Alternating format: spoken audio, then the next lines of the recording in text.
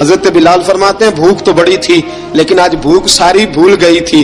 آج مجھے یوں لگتا تھا جیسے میں زمین پہ نہیں عرش کی بلندیوں پہ بیٹھا ہوا ہوں. آج لگتا تھا کائنات کی ساری نعمتیں، ساری رحمتیں، سارا کرم، ساری عطا، سارا فضل، ساری عنایتیں میری جھولی میں گر گئی ہیں. فرماتے ہیں رسول پاک صلی اللہ تعالی علیہ وآلہ وسلم نے مجھے بڑے محبت سے بٹھایا. حضور علیہ السلام نے محبت سے کھلایا، دودھ پلایا. فرماتے بڑا پیار کر کے نا تو جناب سیدنا صدیق اکبر نے کہا حضور بلال کی ڈیوٹی کیا ہوگی؟ حضور بلال کی ڈیوٹی کیا ہوگی؟ حضرت بلال کہنے لگے حضور میں فارغ رہنے کا تو عادی نہیں، میں تو جفا کش آدمی ہوں، محنت کرنے والا، ڈیوٹی کیا ہوگی؟ رسول پاک نے فرمایا بلال یہ میرا گھر ہے، آج کے بعد میرا نہیں یہ تیرا گھر ہے. فرمایا میں مصروف ہوتا ہوں تبلیغ کے کاموں میں، گھر کیا لانا ہے وہ تیری ذمہ داری ہے، کہاں سے لانا ہے وہ بھی تیری ذمہ داری ہے، پیسے کہاں سے آئیں گے میں تجھے بتلاؤں گا، کہاں لگانے ہیں تجھے ایک دفعہ بتاؤں گا، پھر تو لایا کرے گا، تو ہی لگایا کرے گا. فرمایا میرا پرسنل سیکرٹری بن کے رہے گا، تو خاص مقام تجھے دیا جائے گا. حضرت سیدنا بلال حبشی رضی اللہ تعالیٰ عنہ کو رسول اکرم صلی اللہ تعالیٰ علیہ وسلم نے اس کام پر مقرر فرما دیا. اب دیکھیے حضرت بلال رضی اللہ تعالیٰ عنہ جب در مصطفیٰ صلی اللہ تعالیٰ علیہ وسلم پر پہنچ جاتے ہیں اور پہنچنے کے بعد کیا مسئلہ ہے جی کیوں نہیں چل رہا؟ درود پاک پڑھیے الصلاۃ والسلام علیکہ یا کی گل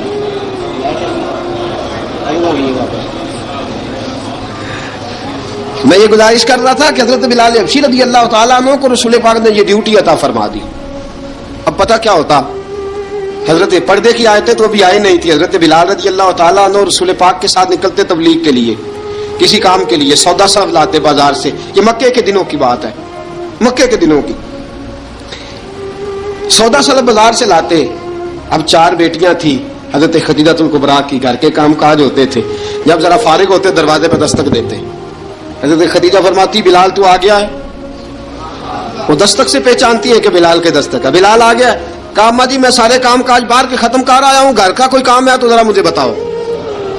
آپ فرماتی گھر کے کام ہے پر میں کر رہی ہوں. اب حضرت بلال گلنا شروع کرتے. یہ ہے محبت. آج اگر ہم کہیں خادم ہو بھی نہ تو بہانے ڈھونڈتے پھرتے ہیں فارغ ہونے کے. حضرت بلال فرماتے آپ نے چکی پیس لی ہے، گھر میں جھاڑو دے لیا ہے، بچوں کے لیے دودھ آ گیا ہے، بکریوں کا دودھ دھو لیا گیا ہے. ایک ایک کام پوچھتے ہیں. حضرت خدیجہ الکبریٰ فرماتی یہ بھی ہو گیا، یہ بھی ہو گیا، چکی رہ گئی ہے پیسنے والی. فرماتے ذرا دروازہ کھول دو میں پیس ڈالتا ہوں. حضرت بلال گھر کی چکی پیستے، گھر کے کام کاج کرتے. ایک دن نہ دار ارقم میں رسول پاک تھے تو باہر سے کچھ شورش ہوئی.